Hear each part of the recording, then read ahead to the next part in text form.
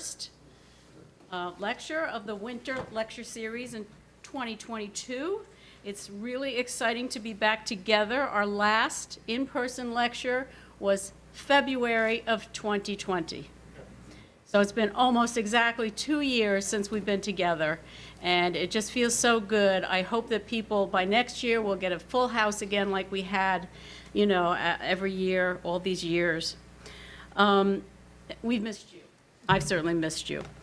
Before I introduce the speaker, though, I'd like to thank the East Hampton Library and its director, Dennis Fabizak, for the use of this beautiful lecture room.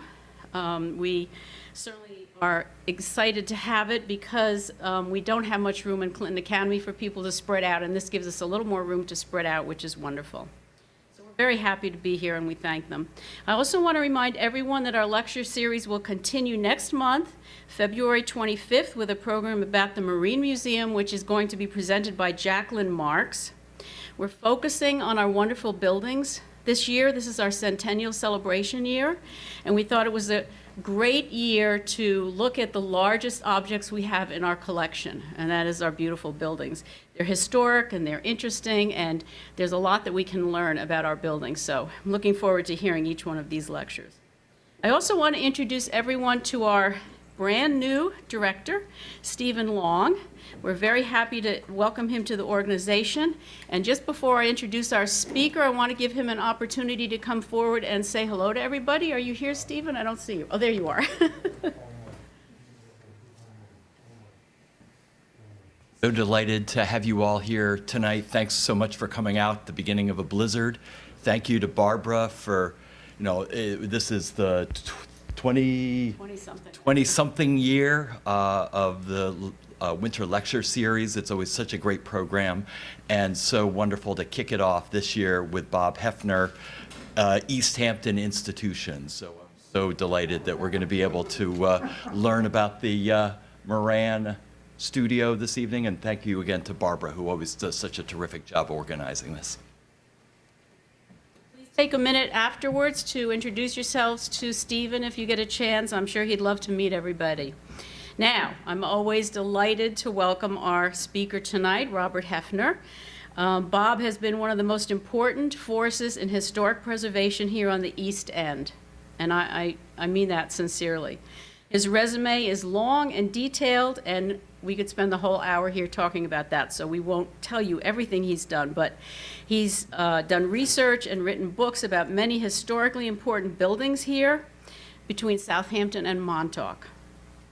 His three largest projects in the last 10 years have been the Moran Studios, the Gardner Mill Cottage, and the Dominy Shops on North Main Street, which have gone up. I'm sure you've all been watching that, for which he's done extensive research. He's drawn plans, and he's supervised restoration work on all three of those projects. His research will continue to inform generations to come, and he has been a true treasure for those of us who love and value the history of this place. Interestingly enough, and he doesn't remember this, but he was the first speaker that we ever had at one of our winter lectures. So I'm very excited to have him back again. He's been very generous over the years. Many times he's come and spoken to us about many different historic projects that he's been working on the East End. So please join me in welcoming Bob Hefner.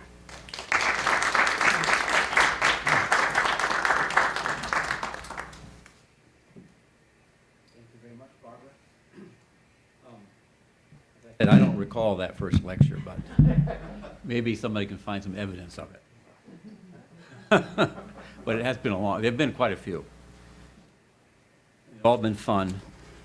It's going to be about the successful effort to restore the studio that began in 2008 and was substantially completed in 2018. The larger story is of the extraordinary commitment of the East Hampton community in providing the resources for the project and the local craftsmen and professionals that accomplished this first-class restoration. The East Hampton Historical Society has put up a number of superb exhibits in the studio since it was completed. At the opening of the Sounding Sea exhibit, Richard Behrens and I were reflecting on all the work that had gone into the restoration that was now invisible.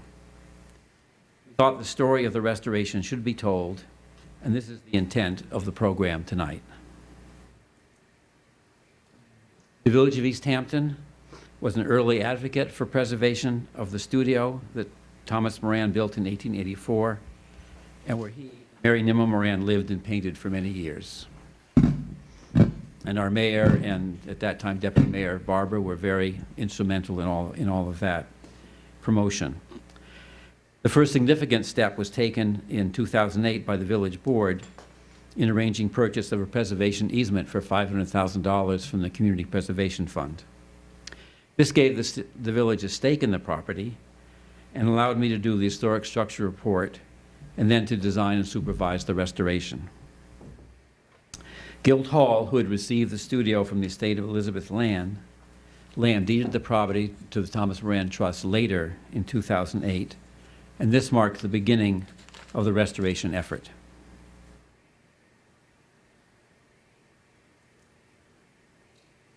For the next 10 years, the Thomas Moran Trust worked to raise funds for the restoration. Their effort allowed Richard Behrens, Drew Bennett, Bruce Rambold of John Hummel Builders, and me to accomplish the most authentic restoration using the best materials with no compromises. During the period that things really got rolling, there was a collaboration between the Historical Society and the Thomas Moran Trust. Richard Behrens became the director of both organizations, and his leadership was crucial. The Moran Trust also deserves credit for engaging John Hummel Builders at the beginning of the project. Another wise decision by the Trust was to bring in the photographer Jeff Heatley to document the restoration. Jeff's website, Arts and Architecture Quarterly East End, has 40 different posts reporting the work from 2012 to 2018. Nearly all the images in this lecture are by Jeff, and the real point of this lecture is to enjoy Jeff's beautiful photographs. Few properties are so evocative of their owner. Throughout the project, there were discoveries that showed Thomas Moran's personality and provided vignettes of his life. He became a character present in the restoration. When something unusual was uncovered, we would say only Tom would do this, usually referring to his frugality, his love of collecting discarded building components, and his freewheeling attitude towards construction. Here's the team on a happy day when the new weather vane was put up. From left to right are me, Bruce Rambold, Richard Behrens, Zenon Tuminski, John Hummel, and Adam Galecki. Bruce is a partner at John Hummel Associates. Nobody did more than Bruce to make this restoration successful. Adam and Zenon were the principal carpenters. For these two craftsmen, there was no good enough. Their work had to be perfect. In 2012, the Moran Trust was anxious to get started with some small-scale work while raising funds to tackle the studio. And they began with this small bathhouse. On the left is the restored bathhouse, and on the right is the structure as it was in 2008 when I first poked my head inside. And this had been used as a potting shed by the Lambs.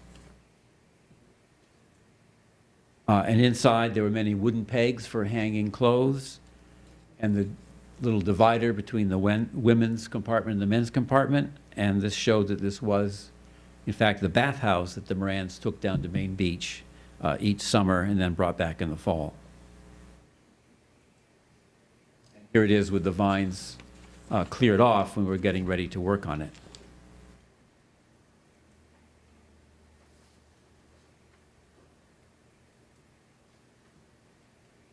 So that John Hummel could begin work in January, which is when we started, we moved the bathhouse to the Mulford Farm barn.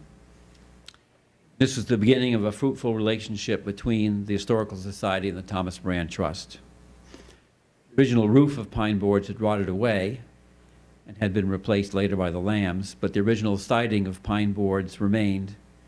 And these boards were the only structure. There were no wall studs. And you can see the boards are badly deteriorated at the bottoms.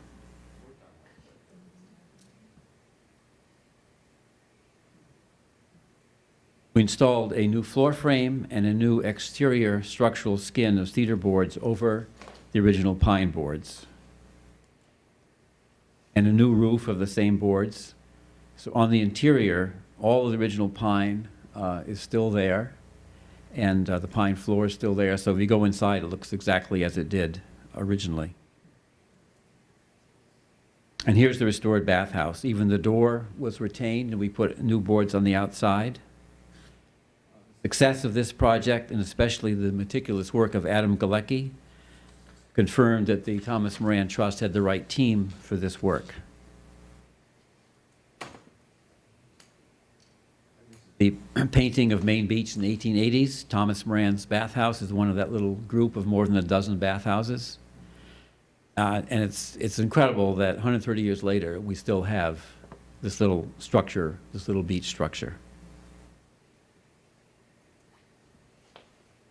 Following success of the bathhouse restoration, the Trust decided to continue with another of the little outbuildings. Next, taking on what is called the boathouse, seen on the right with no roof. The term boathouse apparently refers to Moran keeping the seats and decorative features of his gondola in there during the off-season. At first, we were trying to figure out how he kept the whole gondola in there, but it didn't work. But what it really was, as you'll see, was a garden folly. The boathouse is pure Thomas Moran, while the studio incorporates many recycled components collected by Moran. The boathouse is a building that is entirely an assemblage of recycled parts. The pediment is from the original entrance porch to the studio, seen in the 1889 photo to the right. So in 1890, Moran decided he wanted a bigger porch, and he took the original one off, built a new one, and used the 1884 pediment here on his little building that he created on the left. Now, the walls are also recycled building components. It's a little bit hard to tell, but they are a porch roof, complete with rafters and beaded roof sheathing. You can see the close-up on the right. You can see the scalloped end of the rafter and the cutout where it was sat on the porch lintel. So somebody somewhere in East Hampton took this porch down. Moran collected, sawed it up into useful sections, brought it home, stood the two pieces up, and put a little pediment on it. It's the most basic kind of construction. I haven't been able to find what, I've looked at old photos, where did he get this from? I haven't found the right porch. This is Adam Galecki working on the pediment in John Hummel's shop, and he's using a mix of original and reproduction dental blocks. We reassembled the boathouse the same way that Thomas Moran had did it originally. The recycled porch ceiling panels are stood up, and the pediment goes on. And here's the completed little boathouse. Thomas Moran's mindset was, why build new when you can assemble components that others have discarded? Moran created an artistic garden folly composed entirely of recycled building components. We placed the boathouse at the end of the garden path from Main Street, and there's one historic photograph that shows it at this location. Approaching the studio, a visitor would see both the 1884 porch pediment back on the boathouse and the 1890 pediment on the new porch. So it was really sort of a garden folly, sort of the access, the destination for the garden path. Now, when we go outside the back door and look at it, it looks like it's stuck in a little corner under a big tree and next to the stockade fence. But in Moran's day, garden path continued, was a big opening there into Dr. Osborne's garden. And really, they were really one big garden, too, Moran and Osborne. So it made a little bit more sense then than it does now.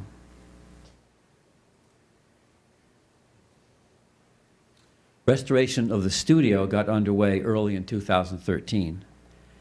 3 years earlier, Bruce Rambold had the foresight to install this support for the front wall to hold the building up until serious work could begin, and this is a great thing he did that.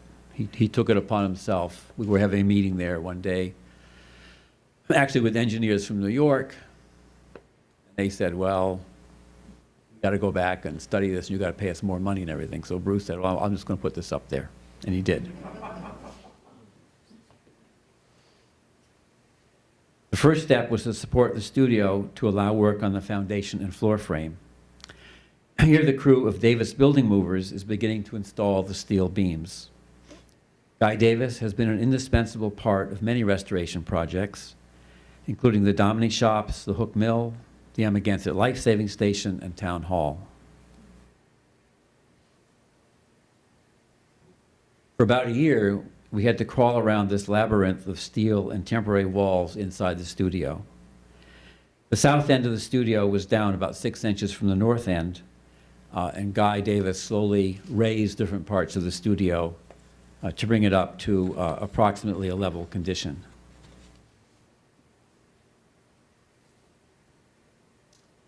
To the left is the brick pier at the southeast corner. And you can see that horribly deteriorated sill where the building is settled down 6 inches. So this pier contained the greatest discovery of the entire project. Leander Arnold, our mason, carefully took down all the piers to save the bricks to reuse them. As he was removing the bricks from this pier, Leander heard glass break and found a jar with a paper inside. And on the right, at the red arrow, that's the jar set in the middle of this pier.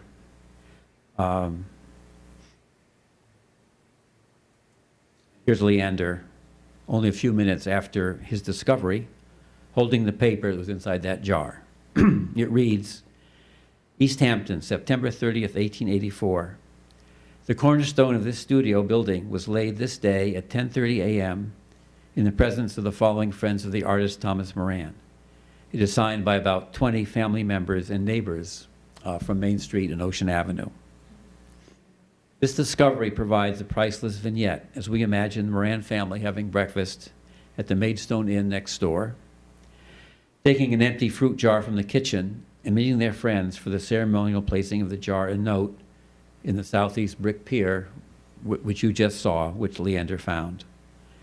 Throughout the restoration, we took a careful approach to save everything that we could and to learn whatever it was the studio had to tell us.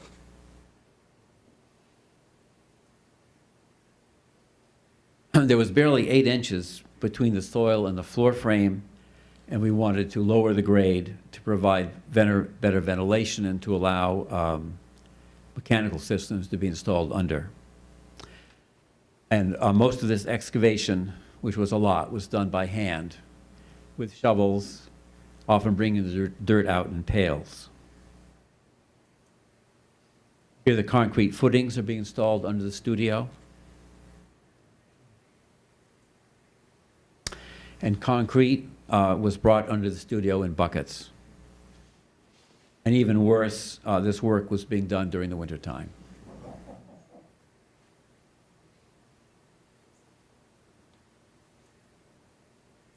Here are the concrete supports and the piers rebuilt with the original bricks. In the upper right is Lee Arnold setting a brick. And for the new sills, we used 4x6 Ipe timbers, having the same dimensions as Thomas Moran's pine sills. Here are the original wall studs, tall pine 2x4s running from sill to plate, standing like straws, were reinforced with new engineered timbers set next to each original stud. In the same fashion, the joists of the first floor, second floor, and the balcony were all sistered with engineered lumber. Drew Bennett was the engineer for the project. He designed the foundation, the structural reinforcement, and the mechanical systems.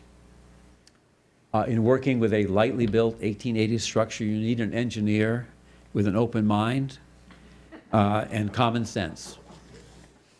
And this was Drew, and he's, as you know, he's done Dominie, second house, mill cottage, and all of these needed a creative engineer who's not afraid of wood. The turret was falling off the studio. It was only toe-nailed into the sheathing and studs. David Lamb told me that his family hardly ever went in there. They stored jigsaw puzzles in there. Many different schemes were considered to resolve the problem. This steel bridle and cables leading up to the plate and roof rafters was part of the solution drawn by Drew Bennett. This is a close-up on the left of the bridle, and on the right, Adam is adjusting the cables. Original siding and trim remained intact when work began, although after 130 years, it wasn't in very good condition. You see there the back of one of the shingles. This was red pine shingles from milled in Grand Rapids, Michigan. Almost all the shingles were original, 130 years later. It just is a testimony to the quality of the pine from the virgin forests of Michigan. Today, of course, you couldn't use pine, and we used the red cedar shingles, which were milled with a bandsaw to give it the same surface texture. We saved all the sound trim that we could. In the left photo, which is of the turret, the dart boards to the right are the original pine boards, and to the left are Atlantic white cedar, which were chosen because they have knots and the surface texture like the pine. And on the right, it's a little bit hard to see in that picture, but the weathering is still visible beneath the paint, so it gives a little patina of age, a sense of authenticity to the exterior. These are the brackets under the eaves. There's a mix of originals, which were sound enough to be reused, and along with new reproductions. John Hummel brought in Ken McWhinney to restore the window sash. Nearly all original windows remained and could be repaired. Like the shingles, their salvageable condition was due to the high quality of the pine used to build them. Here's an example of a typical repair made by Ken. He cut out a deteriorated section of the meeting rail and glued in a Dutchman to restore the sash.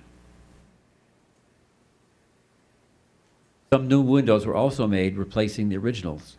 On the left, at the bottom, is the first floor bay, which has a big 25 light window.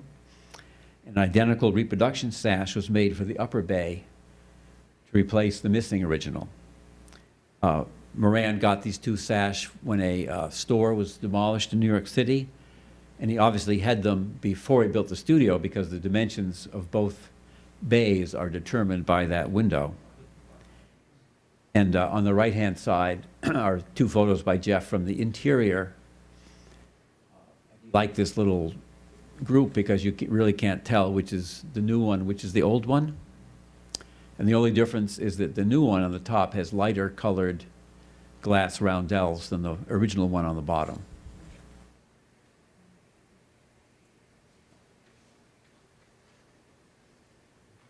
Reconstruction of Thomas Moran's 1890 front porch was the most difficult design challenge of this project. Condi and Elizabeth Lamb removed the porch in 1950 and replaced it with a brick terrace. This photograph was taken in 1948 by Condi Lamb. You can see the porch is kind of sagging down, probably was all rotted underneath. This is a great photograph, very, very sharp, a lot of detail, and I went back to this photograph many times, and it was essential for the restoration of the front porch. In 2008, I found these two sections of the porch cornice buried in the ivy along the south fence. They must have been thrown in the bushes when the porch was taken down and left there to be found 60 years later, thanks to the preserving power of lead paint.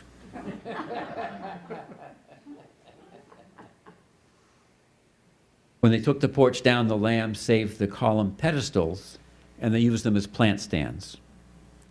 When they had a yard sale after Mrs. Lamb died, Chip Ray purchased this one. At one point, he realized what it was, gave it to the Historical Society.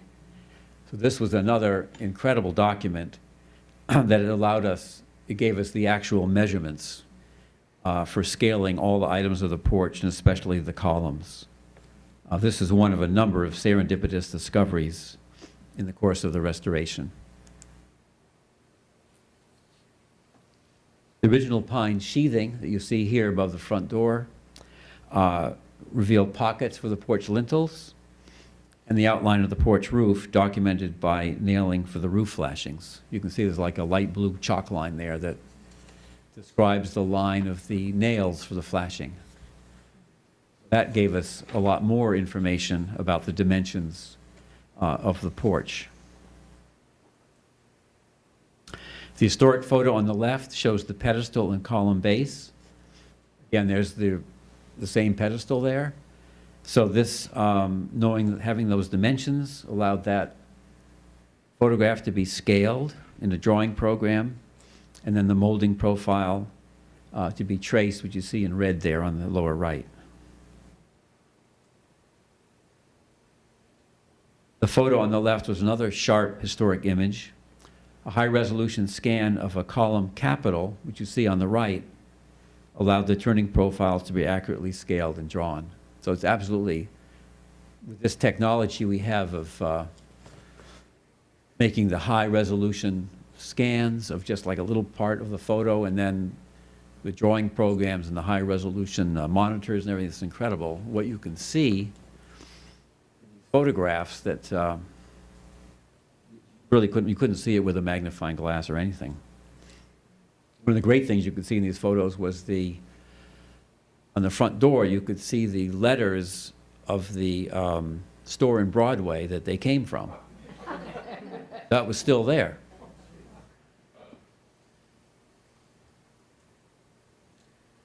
So with all this evidence, I was able to draw up the porch reconstruction. It's a nice photo showing the new pediment and the column capitals.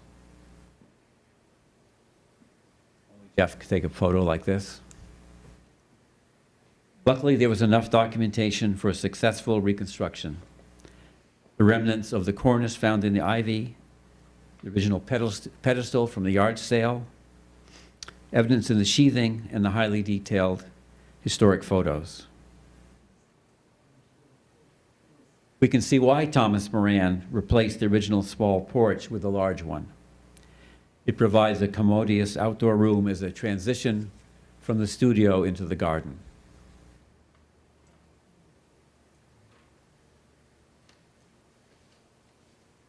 Richard and I had great fun figuring out Thomas Moran's weather vane.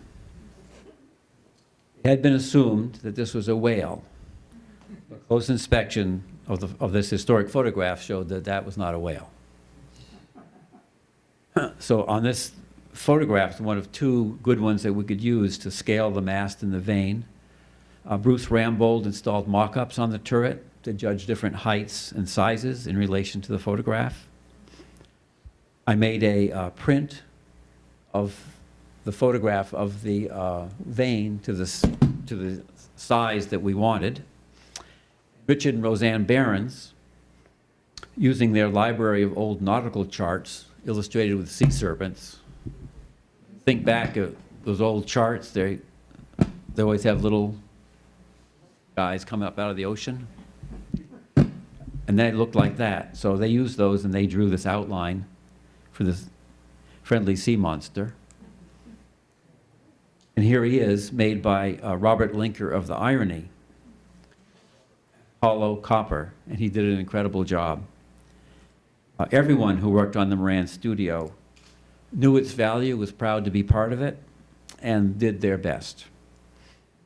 This is another instance where our local talent proved to be world-class. And here's the weather vane up on the new teak mast, a happy artistic flourish for the studio.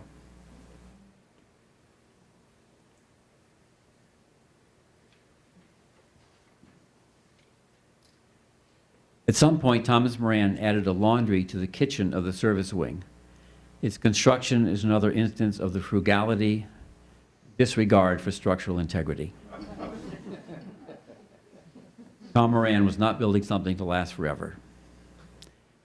So this, just like the bathhouse, there's no wall, there are no studs inside, just the outside boards, the vertical boards support the roof. So when this had been covered over by the lambs on the outside and the inside, we took the boards off and found, as you can see where the red arrow is, that those boards did not go all the way. And they were joined by a 2x4 at the joint, and we just couldn't believe it. So, and they had been taken from somewhere else. And so rather than go out and buy a new board, no.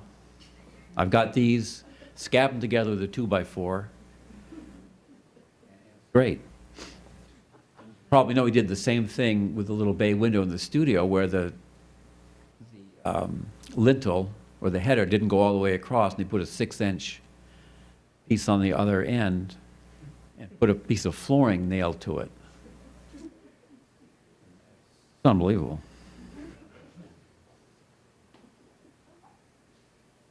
So that's the condition.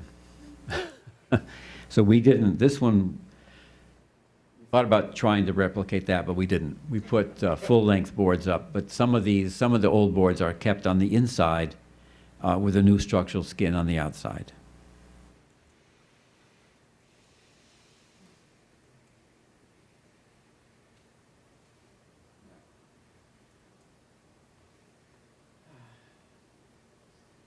On my computer it says, "Welcome to Office on the Web." I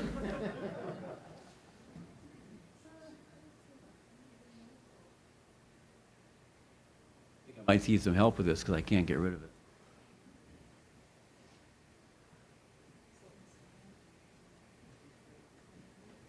Sign in or create a new account.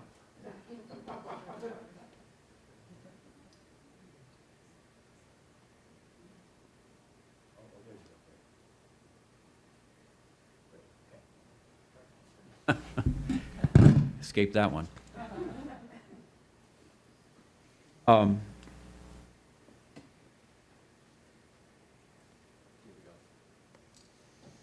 the left photo, which, as it was in 2008, the laundry is that little building with the white boards left of the blue tarp, and the restored service wing is to the right. So, you know, it's just a very, very animated, beautiful little collection.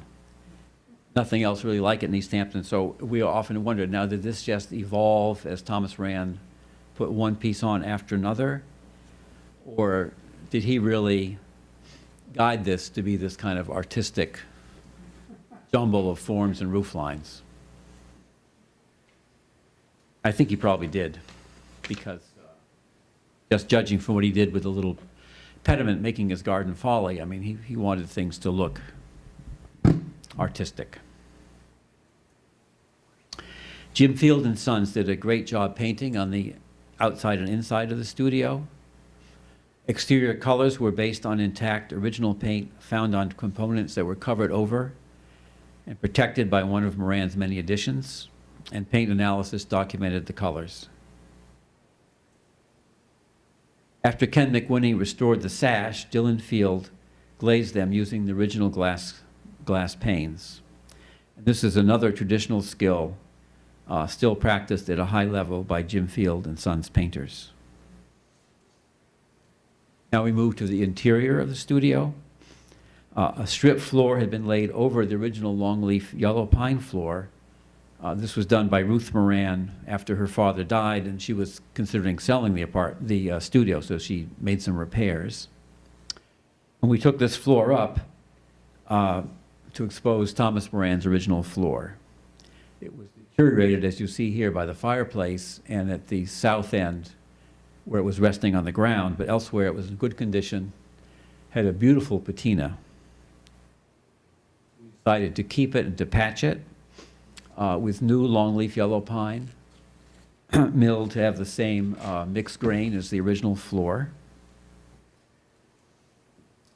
Same sort of repairs were made to the paneling, where we milled new basswood paneling, same profile as the original, and here this doorway to the pantry had to be enlarged to meet ADA requirements. And that's why there's the new wood there.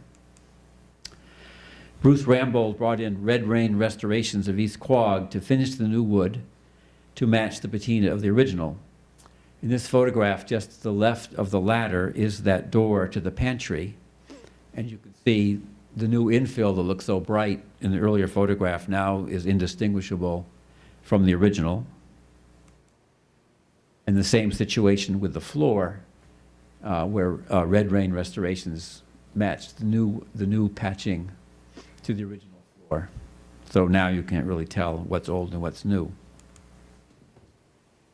The bay window originally had the same beaded paneling as the walls, and at some point Moran made this little classical arrangement with more recycled components. We had to take it off when Guy Davis put his steel in, and in the process of doing so, Adam and Zenon encountered another frugal and free-thinking Thomas Moran, that he used cigar box tops to build the foundations or the bases of the little columns.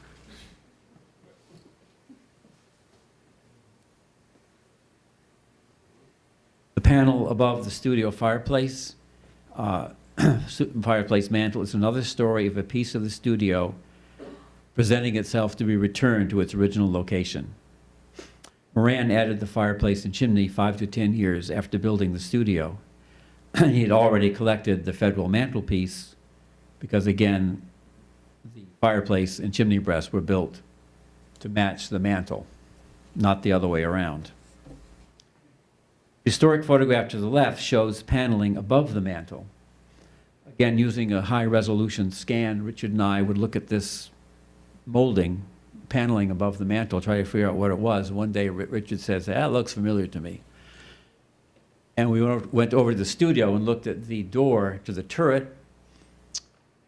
That's what it was. So the Lambs had taken that panel off the mantel, put hinges on it, made it the door to the turret. Said, "That's it." So we took it back, and it fits exactly above. And there was even, you could tell where it was, the big screws attached it to the plaster. This was another element that probably Moran got in, because it's kind of high style East Lake. He probably got it in New York. And, nobody else would put an East Lake panel over a federal mantel. There was a lot of plastering in the studio restoration. Here, Richard and I are with Zenon and the artisan from Chet Matrone Plasterers. Richard's looking up at this plaster. You can see that it's so thin that you can see the wood lath behind it. There's only a scratch coat and a brown coat. This is another, there's no finish coat. This is another reminder that Tom was not building a home to last for a long time. It was a summer studio with some bedrooms above. 2 coats of plaster was enough. Matronic plasterers match the texture and uneven surface of the original. Here they are in Thomas and Mary's bedroom. It's not perfect plaster, but a perfect job for this restoration. It retains the character, and those ridges that come down of the hip are, if you go there now, they're all wavy. Should be.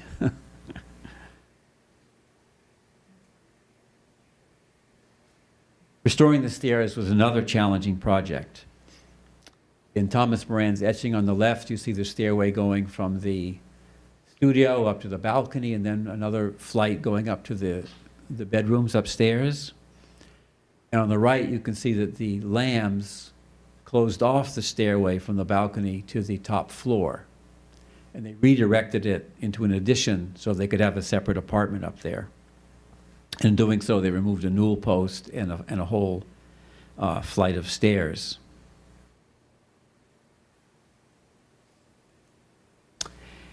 And in 2008, stuffed into a back room of the house with other items that were not taken in a yard sale, I found the newel post the lambs had removed when they altered the stairs.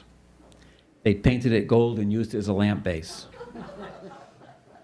This was another serendipitous find, and can you imagine having to recreate that? So, I mean, it was just so incredible. So there it is on the right-hand photo, back where it belongs at the beginning of the flight of stairs from the balcony up to the top floor. Here's the original stairway restored.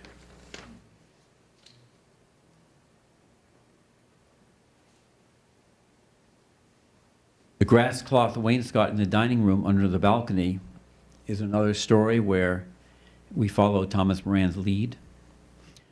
And the lambs had painted the grass cloth white. In addition to this paint, it was moldy and rotted on the back side, as we found when we took it off. Stripping this grass cloth and reusing it was not a good option.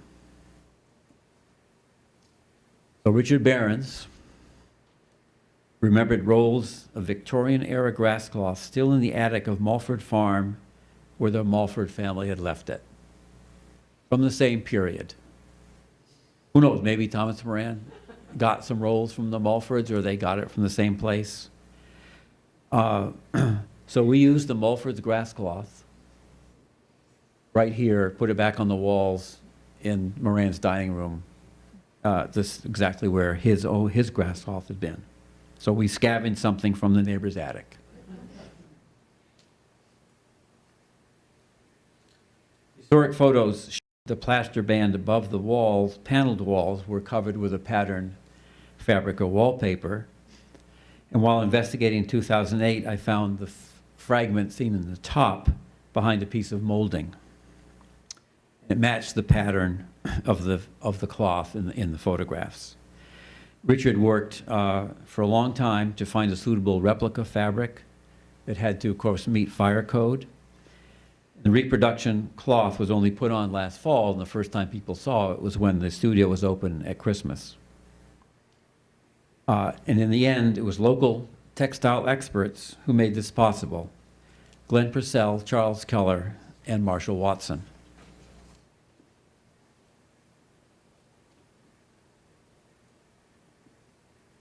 One last story of good luck and the gravity that pulls studio objects back to their home and back to their proper location. At about the same time that Condi and Elizabeth Lamb purchased the studio, Amar Embry bought the house next door. Amar's grandson, Tico Embry, told me at the beginning of this project that a sink from the studio was in the garage behind his house. When the Lambs remodeled Moran's pantry, they made it into their kitchen. They gave the old sink to Amar Embry. He put it in his garage, and that was it. But we brought it back, and we know the location is right because the back of this sink is cut out to go against a shingle wall, and there was a big 5-inch diameter hole in the drain board. That hole happens to line up exactly with the soil pipe from the maid's bathroom above. Things were different in those days. Plumbing was a little bit different. Brief word on restoring the setting. While Thomas Moran's presence is strongly felt in the studio, Mary Nimmo Moran's presence is felt, outside in the garden. The environment depicted in Mary's painting, seen here, has been restored as much as possible by the Garden Club of East Hampton, who put a lot of time and effort into the project. The Moran's garden was really a part of Dr. Edward Osborne's garden next door. In the foreground of the painting is the opening to the Osborne yard. Unfortunately, fencing and shading from that big row of arborvitaes you see on the right make a more complete garden restoration impossible. And that's why the boathouse now seems a little bit divorced out there in the corner, because originally this path in the garden, the flowers on both sides, continued all the way back to the boathouse. And then it went into Osborne's garden.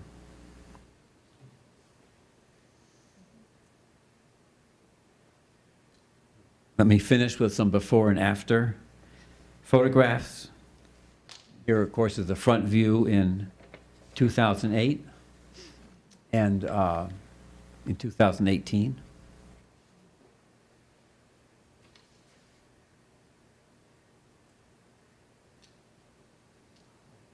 North view from 2008 and 2018.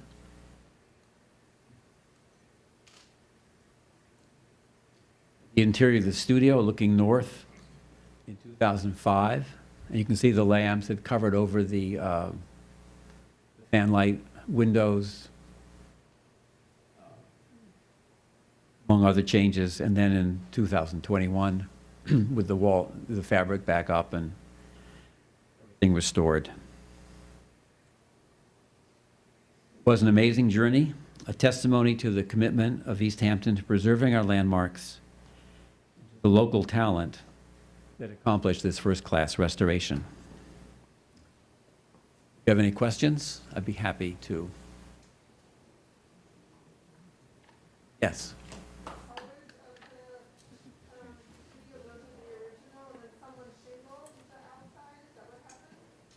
Well, it was so the question's about the colors and about the shingling of the exterior. So it always was shingled. And obviously in 2008, and for quite a few years, the shingles were bare of paint. But in investigating, for instance, on the back side, the oriel window that's like that one was a later addition by Thomas Moran, and then he added on later the kitchen and the pantry. So there were a lot of shingles that had been, from his era, that had been closed up and protected from the weather. So that's where we found the original paint.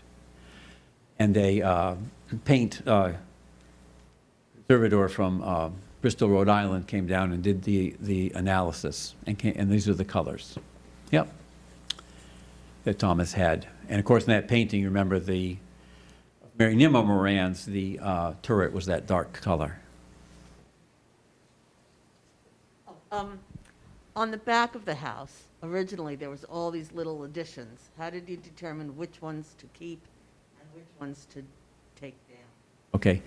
Well, so on the back of the house, so originally there was nothing. There was no kitchen, because they ate next door. Then they put on a kitchen, which was two buildings, moved there, stuck together with a new roof put on it, and it kept going like that. And then in that other earlier photo, back to, and then the white one-story building, the Lambs put that on. That was Mrs. Lamb's real estate office when she built it. And they put on they closed in the back porch. You see there in the bottom photograph, that open kitchen porch. That had been removed, and they made it into a glass sun porch. Of course, you can see they put a third floor balcony up over the maid's bathroom, outside stairs. Thank you. And there were photographs also, yeah. Thank you. Students. Can we assume that Thomas Moran did a lot of his own carpentry? The question is, can we assume if Thomas Moran did his own carpentry? And I think we can assume that he didn't do any. They had a lot of people working for them. As you know, they had two maids. They had George Fowler, of course, and they had they had a lot of carpenters. We found the names. The carpenters would sign their names. Another story about the fan light on the right-hand side there. That the glass was all pushed in, all bowed in, like somebody hit it. We thought the building had settled and forced it in. So we took that out, restored it, got it all straight. There's no way it was going to go back in there. So that was another instance where, so whoever made the decision, I don't know, but they framed the opening, the rough opening for that window, and then they tried to put it in, it didn't fit, so they smashed it down and stuck it in there. So whether Tom was there, but that was his, it just seems right for him. Yes? The Cornerstone time capsule. There was no indication anywhere that that existed? It was a total surprise to you and everyone when you found it? Yes, in fact, the earliest documentation of construction of the studio is in 1885. I think it's mentioned in the Star. Of course, that's the first year the Star was published. So we didn't know exactly when he started to build it. And that was a complete, a complete surprise. And you could see from Lee Arnold, he was so happy there. And yeah, that was an incredible document. And you know, one could have taken the approach in this restoration of, you say, well, we're going to put new brick piers in, and we need a foundation, so let's just get rid of the brick piers, tear them down. It's cheaper, faster. So thank goodness that we took this approach, which undoubtedly cost more money and took more time, but this was one of the benefits of it, that was not lost.